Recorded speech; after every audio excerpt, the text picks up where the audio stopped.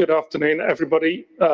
It's been a fascinating day for me to come and visit and hear your conversations, because many of your conversations that you've had today, whether it is on sustainability in drylands or on hillsides and mountaintops, or whether it's about resilience or whether it's about agroecology, are exact copies of the sorts of conversations that are going on in the broader food sector.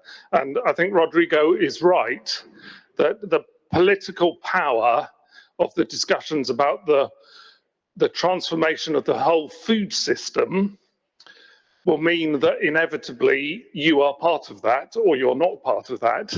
And some of the kind of debates of which you are obviously implicitly part might drive you in certain directions that as we go through the next decades, not just towards sustainability, but towards large-scale change in the way the world works, because I think that's an inevitable consequence of what's been happening in 2022 and some of the changes that will come through climate change.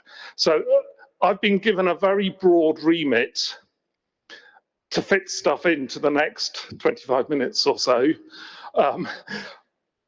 I think what I've effectively done is done a bit of a brain dump about food systems and the politics and the reasons for change, and then tacked on a specific bit at the end about what I think about wine. And as some of the people in this room realize, I don't know very much about the wine system, other than my kind of broad experience of the food sector as a whole and its sustainability. So if I say something stupid, don't worry, it's just me being stupid. But what I can do is take a step back. Instead of going through into the very deep details that you discuss, take a big step back and say, what is the future of the food sector? And where does climate change, where does sustainability fit into that? So I've been one of the kind of pioneers pushing for a food system approach, because I think without taking a systems view of the way things need to change, we will end up going in the wrong direction and not try and avoid making problems worse. And effectively a systems approach, and this is my cartoon of the food system, that we produce food in the green buckets, it goes into some supply chain, well, it impacts on lots of environments, people's environments, biophysical environments, it goes into some supply chain. We end up most of us finding it in supermarkets, choosing it, and then it impacts our well-being, nutrition, health and well-being. But our well-being is also impacted by the environments. If we want to change our well-being, our long-term goal for many people about economic development, if we want to change our well-being, it's not clear where you should intervene in a map like this, because there are lots of feedbacks. Is it in production? Is it in supermarkets and retail environments? Is it in the supply chain? So the food system encompasses all of these things, all of the actors across the food system, from production through transport, through waste disposal, etc., and the impact of the food that is produced and we eat on our health and on the environment. So the environment. Now, from a systems perspective, one of the key things that I want to talk about is that the system gives rise to emergent properties that you can't necessarily predict from looking at bits of the system simultaneously. And certainly when it comes to thinking about the environmental impact of food, including wine, etc., grapes and wine, there is a lot of naive thinking that the job of agriculture in some way is to produce enough supply to meet some notional demand that's out there fixed by the number of people and their wealth. But this gentleman, who was a Victorian coal economist called William Stanley Jevons, pointed out that if you innovate on the supply side, you create demand. So he worked on coal and said, if you create more efficient coal-fired power stations, you would expect to use less coal. But of course, you make energy cheaper and people find other uses for energy and you use more coal. And that's exactly the same Since the Green Revolution, and Antonio mentioned it earlier, since the Green Revolution, we've made food and the products from food much, much cheaper. And because we made them cheaper, we found other things to do, biofuels or cattle feed or whatever it might be, and demand has gone up on a global basis. So the challenge of this from a sustainability perspective is that environmental sustainability, particularly, is a function of the system's impact on the environment. And just by thinking, well, what is the carbon footprint of a bottle of wine? How can we make that smaller? If we're selling more bottles of wine all of the time, the absolute amount of carbon from the wine sector is going to be going up. So whilst you're working on efficiency, that's not a measure of the system-wide sustainability. It's the aggregate of all of the impacts. So we've got to be careful of falling into this Jevons paradox that we look at things on the micro scale, the emissions or the biodiversity impact per hectare, per kilo, per bottle, whatever it might be, and actually we're taking our mind off the big picture, which is what is the environmental impact as a whole. So just to illustrate this from the food perspective, this is data from my lifetime, effectively, the last 60-odd years of production, with, on the bottom, the horizontal axis, that is a proxy for the intensification of the food system, cereal yield per hectare. On the vertical axes, we've got food price and availability of calories per person on a global basis. And what you can see, over the last 60 years of designing the food system, policy implementation, etc., prices have come down and availability has gone up. That was what, effectively, the political post-war Green Revolution desire to do, was to make food more available and more cheap. This graph, set of graphs, same x-axis, same proxy for intensification. Left-hand panel is food waste. Right-hand panel is obesity. As we have made food cheaper, we've made it more available. It's economically rational to throw it away, so we waste more. Because food is more available, for many people, it's always there, we graze more, and obesity goes up. The key thing about these two lines is, of course, they're accelerating curves. So a unit of benefit on the left-hand graphs creates a bigger than unit disbenefit on the right-hand graphs. Making everything ever more available and ever cheaper makes the disbenefits disproportionately worse than the benefits. That's the food system. And when we think about looking ahead, so the previous slide was about demand. Making demand ever bigger does not lead to better and better outcomes. It might make more profit, but it doesn't necessarily lead to better outcomes. When we think about making demand bigger for food over the decades to come, the implications for land use become profound. At the moment, agriculture is about 5 billion hectares of land. And if you look ahead, and I won't go into the details because this is quite technical, if you look ahead at the demand for the goods from land, demand for food, if business as usual carries on, is going to go up. Demand for biomass is going to go up. Demand for a whole range of other things is going to go up in terms of bioplastics and other things. Using land to store carbon, biomass with energy and carbon capture and storage is going to go up. The result of all this is land is going to get more and more intensely competed over, and it's going to lead to geostrategic tensions because there won't be enough ability to produce the goods that we need in a way that doesn't degrade the land faster and faster and faster. And as the land degrades faster and faster and faster, of course, the vicious spiral gets worse and worse and worse. And of course, if the demand for land goes up, what happens to the need for nature as per biodiversity COP and all of the other things and the goods that we get from nature? So I think it's well recognized increasingly that we need to transform the food system. And many reasons. So this is a paper from Nature. This is effectively about the emissions that come from the food system as a whole. 33% to 35% of all greenhouse gases are associated with food production, of which 2/3 comes from meat. Food systems, obviously, as I said earlier, use a lot of land. They create a uniform landscape of monoculture, and that came up this morning in terms of some of the landscape effects. The demand for more and more soy, particularly for cattle, means that we're chopping down rainforests. You've heard all of these things.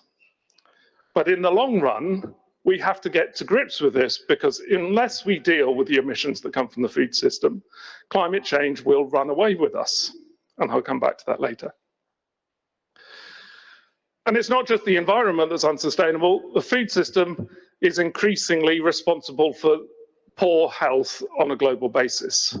So now, poor diets, so that includes not having enough access to food, but it also includes eating the wrong amounts of food, particularly the diseases associated with obesity. Poor diets now underpin more ill health and more mortality than any other factor. So not only is the food system bad from an environmental perspective, it's also bad from a global health perspective. And of course, wine, the consumption of alcoholic drinks, is part of this. And in the UK, ill health accounts for 38% of our tax spend on our health service. That's going up all the time. We can't afford for that to go up much further. It's already a great political debate in the UK. And there is lots of talk about having to move towards preventative healthcare systems. Preventative meaning getting diets, getting alcohol consumption right. And if you're getting those right, that means you're going to demand less. We're going to have to transform things to make that work. Perhaps, or maybe we're not. And then the last reason that we need to transform the food system, not just from an environment perspective and a health perspective, is because it is very, very fragile. As 2022 has shown, as 2007-8 has shown, 2010-11 has shown, it's very fragile. That when something goes wrong, when there's a shortfall in production somewhere, prices go up very fast, and it leads to a whole range of things. We're living through a cost of living crisis. 2010-11 food price spike also helped contribute to the Arab Spring. Arab Spring, people movement, influx of people into Europe, rise of nationalism, Brexit, etc., etc. These things matter in terms of the shape of the world. And 2022, if you think about it, three things. COVID, probably made more likely by biodiversity loss and climate change, because rewiring ecosystems. Extreme weather events, made more likely by climate change. And Ukraine, the invasion of Ukraine. And if you think about it from a geostrategic perspective from Russia, if Russia had been able to take Ukraine in 5 days, which was their original plan, as a state which relies on fossil fuels, which are increasingly being under threat, taking over all the land for production of food would have given Russia more geostrategic leverage over the course of this century, where food and land is going to become much more important. Food and land is going to be like the oil of the 20th century.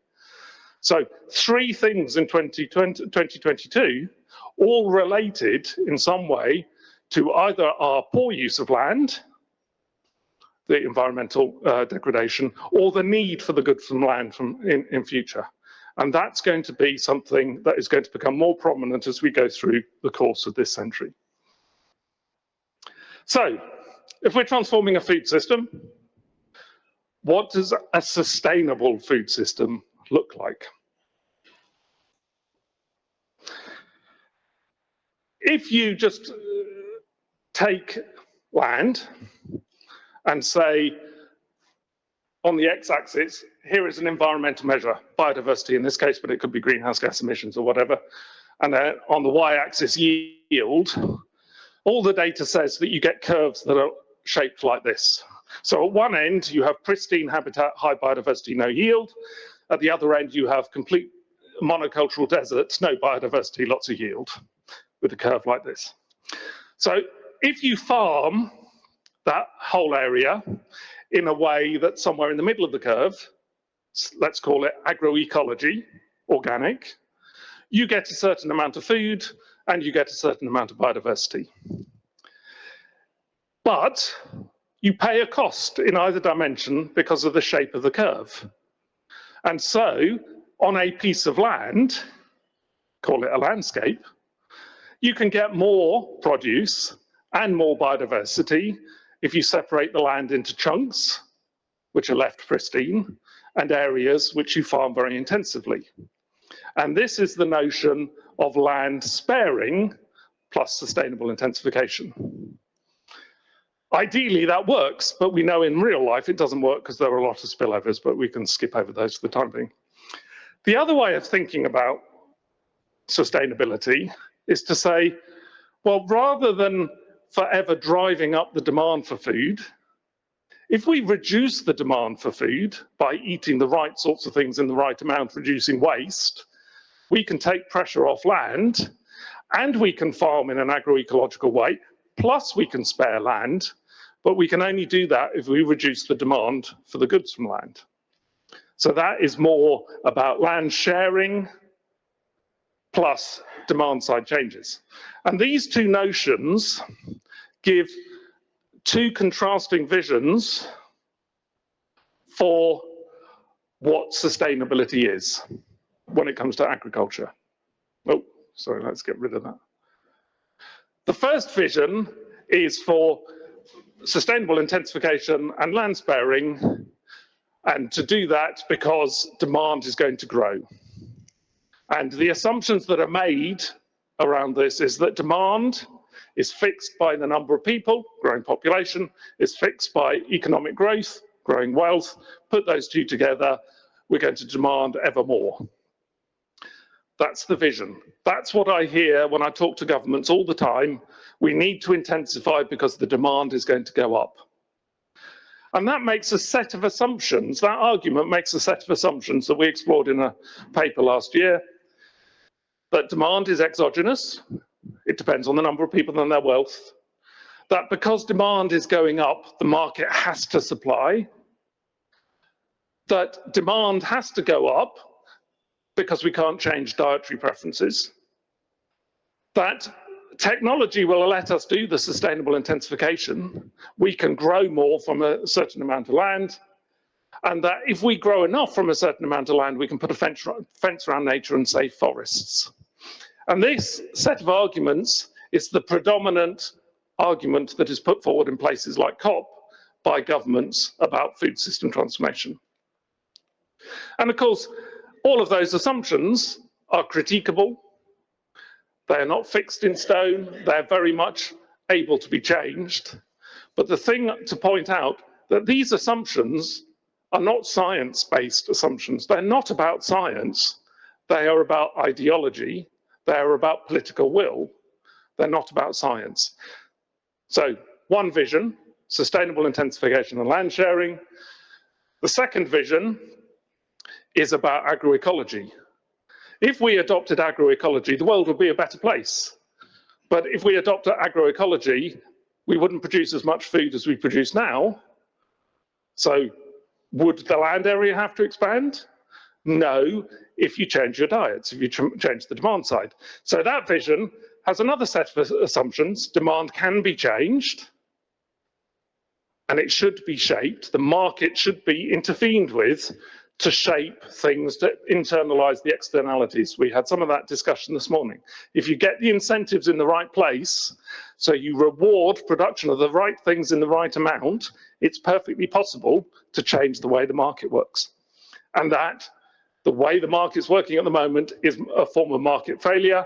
And when I first worked for government, I was taken aside and said, governments have the social license to intervene in markets when there is market failure and external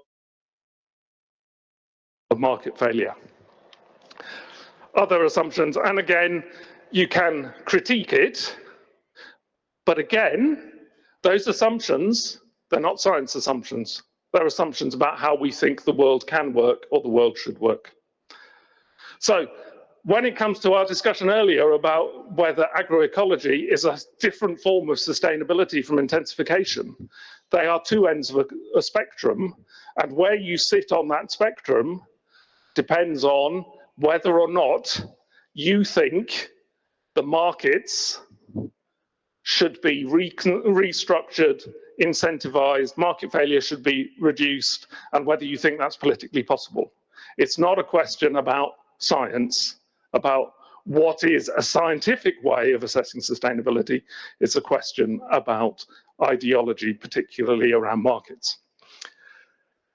So, we have two separate visions for sustainability in the future. What's going to happen? Of course, politicians are not going to intervene in markets unless, as the phrase goes, shit happens, unless something bad goes on. So COP, when I first met Rodrigo, COP was full of discussion about how extremes are going to get worse. Loss and damage and all the other things like that. We know how to decarbonize the energy sector. We know how to decarbonize the transport sector. Both of those are on the way. Clear, we know what we're doing. The next issue, the next big wedge, of course, is food systems. There is no transformative vision that we have agreement on, but COP27, more than COP26, more than COP25, food systems are becoming central. UAE, we're working at Chatham House, we're working with the UAE government, they're putting food system transformation as a very big pillar in COP28. Whether it's this year or next year or 5 years' time, we will soon have a kind of Paris-compliant pathway for food system transformation. Hopefully, similar will happen also with biodiversity. And then, as well as that political dynamic about the state of the world, we also have to build in the fact that shocks are changing the world very, very rapidly. And this is just, I just keep on updating this. This is things that have happened in the last 20 years now, dating back to 9/11. That's the earliest image on this slide, of things that have really started to reshape our world. Ukraine, COVID, Ebola outbreaks, extreme weather, attitudinal changes, global economic crises, etc., etc. And in 2016, I was part of a group working with the World Economic Forum, where we did a scenarios workshop on the future of food systems. 2016, pre-Trump, pre-Brexit. We looked ahead and said, what are the two biggest things that we know are going to happen, but we don't know exactly what state they're going to get?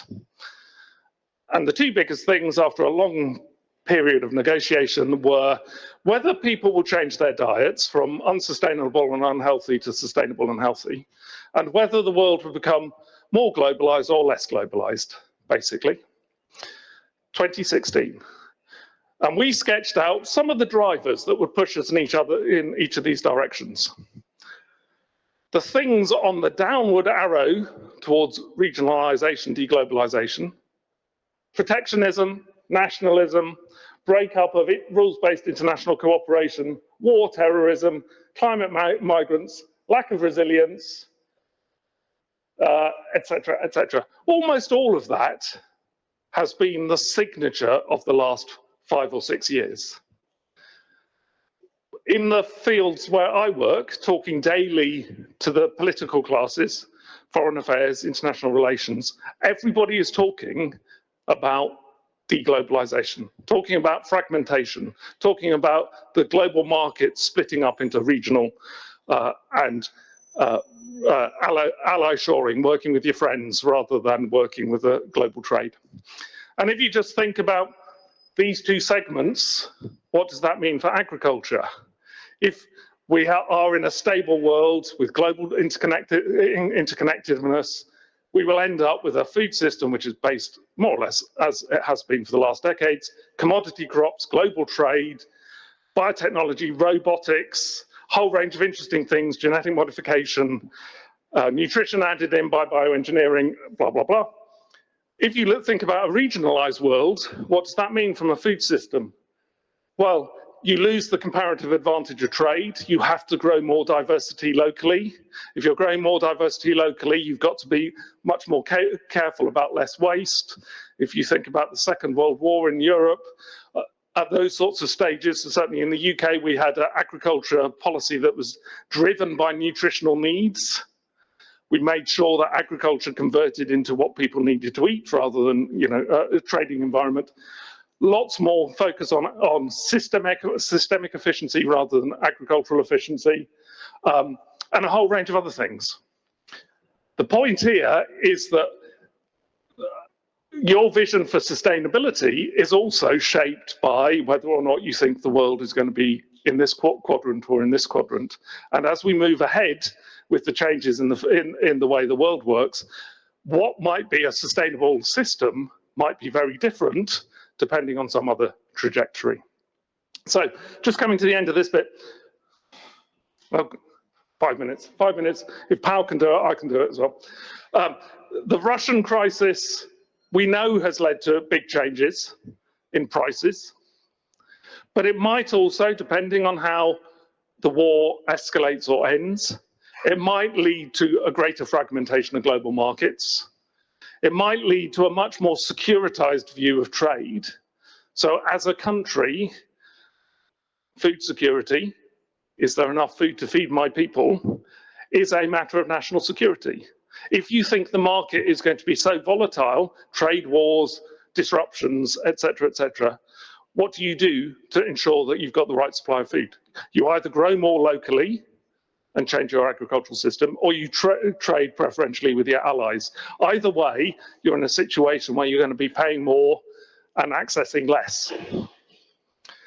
So the current crisis over the next decade might drive geopolitical change because of geostrategic issues, and it might drive us to think about what sustainability is in a different sort of way, because we can't access necessarily very big, very long supply chains in the way that we have done, because it's going to make the market different.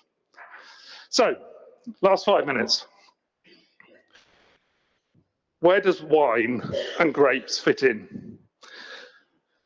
Well, your total land area in a world where land is increasingly competed for is so small it can be ignored. You're not in a situation where you're going to double, triple your land requirement in the way that the requirement for land for cereals might increase, taking up millions and millions of extra hectares. So that's not an issue, I don't think. Your greenhouse gases are small. A bottle of wine is about equivalent to a portion of tofu. A bottle of wine, a whole bottle of wine, is about, what do I put that, 2% of the steak that Rodrigo ate for supper last night. So he could have had 50 bottles of wine emissions for a steak. So no one's going to really worry about what the emissions are from a bottle of wine. In the scheme of things, it's tofu. We're saying to everybody, eat tofu because it's low emissions. Bottle of wine, nothing. Pesticides, on the other hand, are, I think, your Achilles heel. So just some statistics I dug up. In France, wine's 3% of the agricultural land, small, but 20% of the fungicide use. In the USA, 26 times more pesticides go on vines than go on maize. That's, I think, your Achilles heel. So that's more about biodiversity than it is about climate and other things that we've talked about. So that's sustainability, but you've also got that you're vulnerable to climate change, as we've talked about a lot today. And there are issues around sustainability, not just resilience, of how you cope with that vulnerability. So there are some nice examples where geoengineering's been used in wine production, cloud seeding and things like that. The unintended consequences that can come from some of those approaches might lead to problems in the future. But I think pesticides. But more, from my perspective, what is the future for what is it's nice, we all like drinking wine, but it's not an essential. It's not like getting calories on a daily basis. In a world that's changing rapidly, what are the things that are going to drive the market? And of course, you have all of your internal, oh yes, we're going to increase economic growth, blah, blah, blah, blah, blah, which gives you one view of the situation. But from my perspective, looking at the change drivers for food, we've got the increasing need to deal with ill health because of the economic costs. We've got the multipolarity of the world and the tensions around whether or not a globalized trading system into the future will work. We've got the impact of extreme weather and geostrategic tensions driving volatility, disruption wherever you look. How do you cope with that? We've got the potential that as the climate crisis, the biodiversity crisis, more things like COVID happen, will citizens suddenly get to the point, a social tipping point, where sustainability really becomes important to them and it drives a whole range of things around lifestyles? Or will that be forced upon them by contraction of supply chains into a small area? And of course, the competition for land might in the long run lead to issues around you cannot grow more land. Somebody was talking this morning about, yes, Etienne was talking about moving, producing new vineyards in new places. Yes, that's possible at the moment, but in a few years' time that might not be because of the land use considerations. So I would say, just from a strategic perspective, is there more utility in thinking about the less but better? What's happening in the meat sector? Producing less, but making it better. Whatever better means in terms of attributes, rather than plugging ever more growing volume, growing volume, growing volume. The second issue, beyond the sustainability, is the dynamics of your sector within the wider food sector. So if we do need to drive sustainability across the food sector, as Antonio said several times today, you're the first, you're already halfway there, you're the most impacted by climate change. Can you show the food system how to do it and take that kudos from leadership and add those attributes to every bottle of wine that you sell? So there are a number of things that I think are questions where you could show the rest of the food sector how to lead. So the relationship between the environment and the quality of what you produce has come up several times today. The relationship between sustainability and resilience, diversification in vineyard, landscape, from a biodiversity perspective, will that drive resilience? Will that drive more income through wine tourism, et cetera, et cetera? So to lead the food sector in showing that it can be done. So just briefly, conclusions, I'll just whiz through these because I've said it all. The food system is going to change, and it's going to change rapidly, just like the energy system, just like the transport system. Lots of stuff going on. What is defined in political discourse as sustainability is not science-based, as I've said before. It depends on ideology. At the moment, we have market failure. And the other reason it's not science-based is if you think about all of the ways that production can impact on the environment, water, biodiversity, soils, emissions, how do you weight all of those together? If you don't weight them, you're assuming that they're equally important. But is 1 unit of biodiversity, however you measure it, equal to 1 unit of carbon? That is not a science decision, that's a social decision. So there isn't a science-based way of defining sustainability. I think the real challenge for you, for many parts of the food system, is to find a model, a business model, where you can produce less at higher profit. Now that can come from 2 routes. One is restructuring the market to internalize the externalities and make the market deliver better, and the other is to put the onus on the consumer and say, consumer, will educate you to choose this one over this one. It's an and or, it's not not an either, but we tend, within the food sector, we tend to put the onus on the consumer. But I think we need to increasingly think about politicians, regulations, getting the market right, putting the incentives in the right place. So final slide, and then he'll shut up because it's time for a drink. Final slide, oh, it's hung. Oh, 10 minutes, it's getting tired like all of us. So final slide, we are going to face change and it's not going to be smooth, it's going to be painful. Health is something that is really important. I was saying to some people earlier, if everybody in the world were to eat 5 portions of fruit and vegetable a day, we have only got 30% of the fruit and vegetables to meet that demand. We need to grow more fruit and vegetables. What are grapes? They are fruit. So there is an obvious place in that, and there's obvious place also in health to have small amounts of wine. And if you're going to have small amounts of wine made from grapes, because there are all sorts of interesting things in it, why not go for the high quality wine instead of the plonk table wine?